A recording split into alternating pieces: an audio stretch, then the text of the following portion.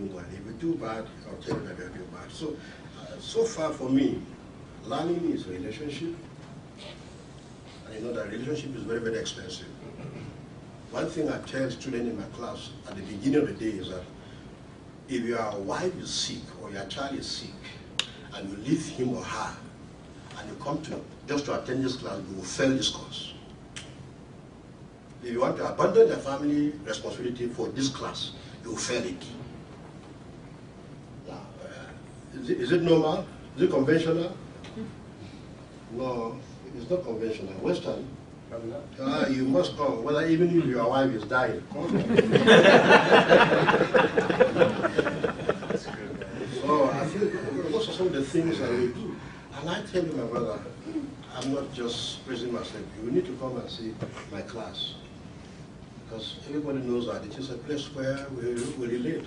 At the end of it, the last class, we celebrate. We eat food. We celebrate. Because every Sunday, every class session, students give offering. And one of them is a treasurer, one of them is a secretary, one of them is a leader. And in the middle of the semester, if something happens to a student that demands money, we take that money and help the student. So, and then if nothing happens, at the end of it, we celebrate, we cook food and eat food. At last day, and other classes will come and eat with us.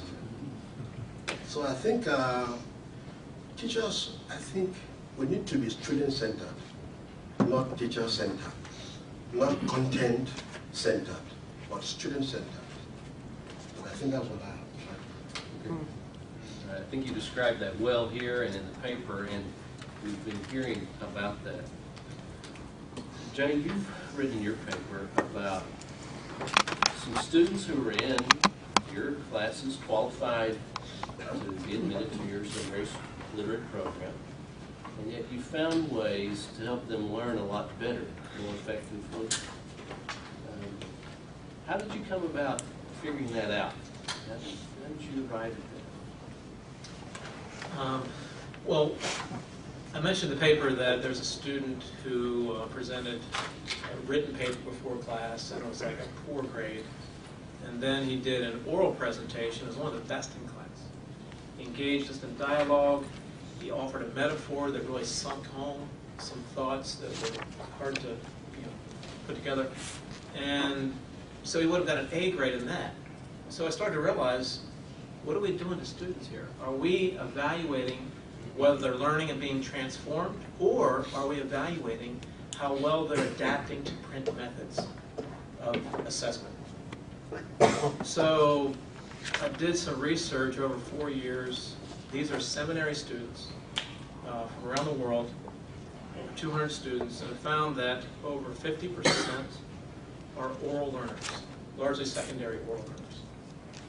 So think of the context. They've all gone through undergrad, 4 years, and they're at accredited seminary. So they have the ability, they still prefer oral learning methods.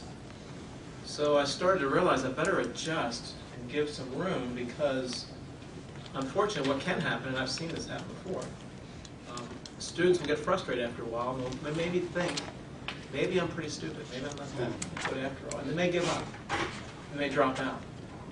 And one student told me that. He said, he did a presentation on oral learning, and he said, for the first time, I'm going to go back to school now, because I had a calling as a teacher, but when I was in class, I kept getting bad grades. I knew all the information, but I couldn't write it in the way that they would get it.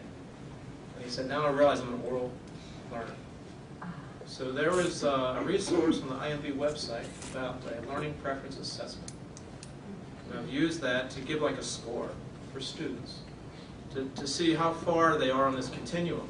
It's not just oral or print, but there's a whole range of continuum there. And trying to make some adjustments in class so that people who are oral learners have an opportunity to shine, and really to convey whether they're learning and being transformed. So I told all the students that if they want to come to my office and do an oral presentation instead of a paper that week, they can come. It takes about 15 minutes. And I warn them it's not an easy way out, because I can stop you and ask a question. And I'll know pretty quick in the first 5 minutes whether you really know it or not. Whereas in a paper, you know how people can sometimes kind of muddle around it. You know, you have really no idea. But invariably, the students who are oral learners will come and will do the presentation that way.